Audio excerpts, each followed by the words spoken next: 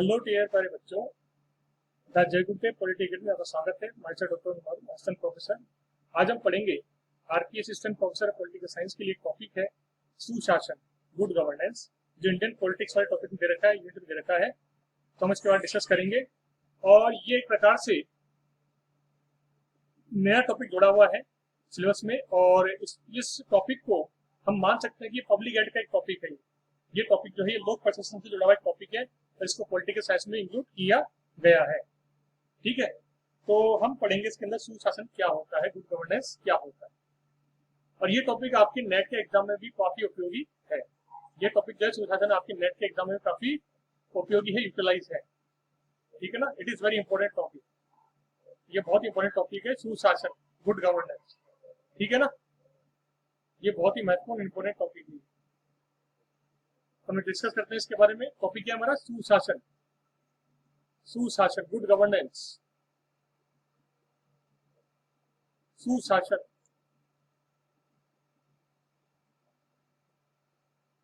Good governance, good governance.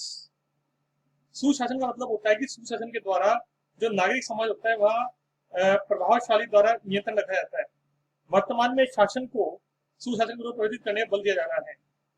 सुशासन शब्द का जो प्रयोग है सबसे पहले वर्ल्ड बैंक द्वारा किया गया। विश्व बैंक द्वारा सबसे पहले सुशासन शब्द का प्रयोग किया गया। सबसे पहले वर्ल्ड बैंक के द्वारा सुशासन शब्द का प्रयोग किया गया। ठीक है, तो इसके बाद में हम ये कह सकते हैं कि गुड गवर्नेंस का मतलब होता है कि ऐसा शासन जिसमें कि सरकारी जो तंत्र है, जो गवर्नमेंट जो एजेंसीज है, एडमिनिस्ट्रेशन है, उसका इतना मतलब कि जन उपयोगी कार्य हो जाए, वो जनता का इतना उपयोग में आए, या जनता की इतना विकास का कार्य करे कि लोग लगे कि हाँ ये गवर्नेंस बहुत अच्छा है, शासन बहुत अच्छा है। ठीक है, तो सुशासन जो है, सुशासन जो है उसको हम निम्नलिखित रूप से अभिव्यक्त कर सकते हैं। सुशासन को हम लोग निम्नलिखित रूप से अभिव्यक्त कर सकते हैं। अभिव्यक्त, सुशासन को हम निम्नलिखित रूप से अभिव्यक्त कर सकते हैं। कैसे कर सकते हैं? तो देखो, इसके कुछ पॉइंट्स हैं, जैसे कि SMART, स्मार्ट। स्मार्ट जो है ये जुड़ा हुआ है सुशासन से। वर्तमान में जो पॉलिसी जारी सरकार की, जो वर्तमान में जो सरकार की योजनाएं हैं, उनमें स्मार्ट नाम का जो तत्व है ये जोड़ा गया है, और ये बहुत ही इंपॉर्टेंट महत्वपूर्ण तत्व है। ठीक है, तो हम बात करते हैं स्मार्ट जो तत्व है ये है क्या, इसके बारे में हम वन बाय वन डिस्कस करते हैं। ठीक है, कि सुशासन के अंदर जो हम ये शब्द सुन रहे हैं स्मार्ट, इसका मतलब क्या है, इसका मूल उद्देश्य क्या है। ठीक है ना, तो देखिए इसके अंदर इसका मूल उद्देश्य क्या है। इसका मूल उद्देश्य है स्मार्ट का SMART,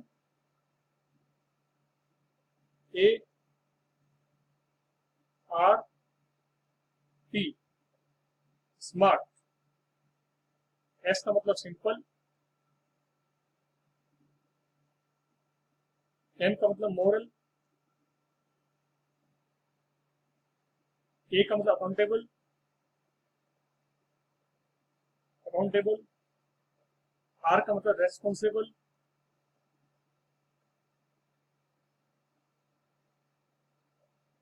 टी का मतलब transparent, transparent, transparent, simple, moral, accountable, responsible and transparent. तो डियर स्टूडेंट, ये जो स्मार्ट शब्द है, इन शब्दों के इस अर्थ में ही सुशासन का मतलब समझ में आपको आ गया होगा। मतलब स्मार्ट शब्द में जुड़ा हुआ है सुशासन का सूत्र। ये सुशासन का फॉर्मूला है, सूत्र है। किसी भी देश का शासन व्यवस्था जो है, सुशासन है, वहां पर गुड गवर्नेंस होनी चाहिए, तो वहां पर स्मार्ट शब्द जुड़ा हुआ होना चाहिए। कैसे होना चाहिए? देखो इसके अंदर एस का मतलब सिंपल, यानी कि शासन व्यवस्था सरल होनी चाहिए। लोग आराम से अपने अधिकारियों से, अपने नेताओं से मिलजुल रहे हैं, उनमें कोई भी व्यायाम ना हो, ज्यादा वीआईपी कल्चर ना हो, आराम से आम आदमी जैसे जिंदगी है उनकी, और उनसे हम लोग मिल सके अपनी समस्या सुलझा। सुशासन का फर्स्ट जो फॉर्मूला है स्मार्ट, इसका फर्स्ट अर्थ है एस का मतलब सीधा शासन व्यवस्था होनी चाहिए, सरल होना चाहिए, इजी होना चाहिए, इजी। ठीक है, अगला है मॉरल, नैतिकता, यानी कि जो अधिकारी जो नेता है शासन व्यवस्था चला रहे हैं, वो ईमानदार होने चाहिए, नैतिक होने चाहिए, नैतिक मोरलता यानी कि उनमें होनी चाहिए नैतिकता, मोरलिटी यानी कि नैतिकता उनमें होनी चाहिए। वो अधिकारी ईमानदार हो, उन्हें भ्रष्टाचार ना हो, नेताओं में ईमानदारी हो, भ्रष्टाचार ना हो। ठीक है। तीसरा अकाउंटेबल, यानी कि जो नेता हमने चुने हैं उनको वो हमारे प्रति जवाबदेह हो, मतलब कि वो जो कार्य करें उसके प्रति वो रेस्पॉन्सिबल हो, जिम्मेदार हो, जिम्मेदारी होनी चाहिए हमारे प्रति उनकी, कि यदि हमारे राज्य में, देश में, स्टेट में, सिटी में बाढ़ आ रही है, कुछ समस्या हो रही है, दंगा हो रहा है, कुछ हो रहा है, तो अधिकारी और मंत्री की जिम्मेदारी बनती है कि उसको सुलझाए, उस समस्या को सुलझाए। ठीक है ना। अकाउंटेबल, रेस्पॉन्सिबल मतलब जवाबदेही, यानी कि उस काम को जवाबदेही होनी चाहिए, मतलब शासन को आम जनता के प्रति उत्तरदायी होना चाहिए, शासन को आम जनता के प्रति उत्तरदायी होना चाहिए, इसको बोलते हैं अकाउंटेबल। रेस्पॉन्सिबल का मतलब होता है कि शासन को लोगों के प्रति क्रियाशील होना चाहिए, मतलब लोग जो कार्य करें उसके प्रति उनको उत्तरदायी होना चाहिए, उनको जिम्मेदारी लेनी चाहिए, कि लोगों को दिक्कत नहीं आनी चाहिए, हम उसकी जिम्मेदारी लेते हैं। ठीक है ना। और टी का मतलब है ट्रांसपेरेंट, यानी कि पारदर्शिता, यानी कि शासन जो कार्य करे, अधिकारी मंत्री जो योजना बनाए उसमें ये ना हो कि भ्रष्टाचार की वो आए, उसमें स्कैम ना हो, उसमें घोटाला ना हो, जो हो जनता के सामने हो। विकास की योजना में जितना खर्च हो रहा है उसके, वो जो खर्चा हो रहा है उसके लिए जनता के सामने सब कुछ चीजें आनी चाहिए सामने। ये ना हो कि पीछे से करप्शन हो रहा है, भ्रष्टाचार हो रहा है और जनता को पता ही नहीं चल रहा है, स्कैम नहीं होने चाहिए, जनता को सब कुछ मालूम होना चाहिए। इसको बोलते हैं हम लोग ट्रांसपेरेंट, यानी पारदर्शिता। तो सुशासन का एक फॉर्मूला है, आप समझ गए होंगे, जिस देश में सुशासन लागू होना चाहिए, जिस देश में गुड गवर्नेंस होगा, वहाँ ये स्मार्ट नाम का सूत्र होगा। एस यानी सिंपल यानी सीधा शासन होगा, एम यानी मॉरल यानी नैतिकता होगी वहां पर, ए यानी अकाउंटेबल होगा, जवाबदेही होगी, जिम्मेदार होगा, उत्तरदायी होगा, रेस्पॉन्सिबल यानी कि अपने कार्यों के प्रति जिम्मेदार होगा, ट्रांसपेरेंट यानी कि उसमें पारदर्शिता होगी, कोई घोटाले की, किसी तरह की भ्रष्टाचार की गुंजाइश, करप्शन की गुंजाइश नहीं होगी। इसको बोलते हैं स्मार्ट। ठीक है ना। इसको बोलते हैं हम लोग, क्या बोलते हैं इसको हम लोग, स्मार्ट तरीके से कार्य करने वाली चीज। आई बात समझ में। अब हम देखते हैं इसके अंदर सुशासन जो है, सुशासन जो है इसके कितने प्रकार हैं, कितने तरीके हैं इसके, जिससे कि हम देख सकते हैं कि समाज में, देश में एक गुड गवर्नेंस आ सके। तो डियर स्टूडेंट, सुशासन के मुख्य रूप से मोटे मोटे तीन प्रकार हैं, तीन आयाम है, तीन प्रकार मान सकते हैं हम इनके, तीन तरीके मान सकते हैं, तीन आयाम मान सकते हैं। ठीक है।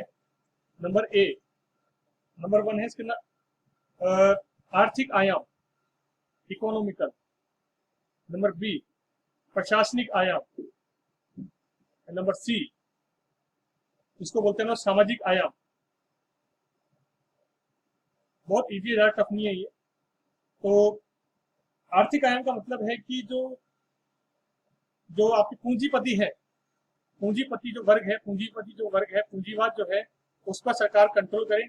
ऐसा ना हो कि वो निजी क्षेत्र अपने मुनाफे के लिए आम आदमी का शोषण करने लगे और गरीब अमीर की खाई बढ़ने लगे। पूंजीपति पर कंट्रोल करना सरकार और अधिकारियों के द्वारा, पूंजीपति अपना कार्य करे, पूंजीवाद अपना कार्य करे, निजी क्षेत्र अपना कार्य करे, उसको छूट है, स्वतंत्रता है, लेकिन इतना कार्य करे कि वो सरकार को, देश को, समाज को नुकसान न पहुंचाए, केवल खुद के मुनाफे के लिए। ठीक है। इसको बोलते हैं आर्थिक आयाम, आर्थिक आयाम।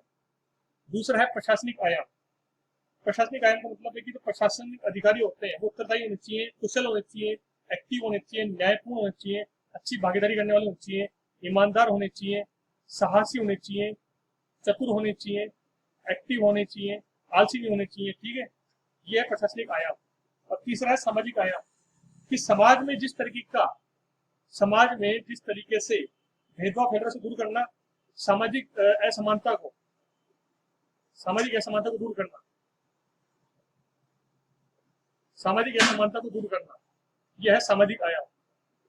सामाजिक असमानता को दूर करना, यह है सामाजिक आयाम। ये गुड गवर्नेंस का सोशल पैटर्न है, सामाजिक तरीका है। इसको हम लोग बोलते हैं सामाजिक आयाम। क्या बोलते हैं इसको? सामाजिक आयाम बोलते हैं। क्या बोलते हैं इसको हम लोग? सामाजिक आयाम बोलते हैं।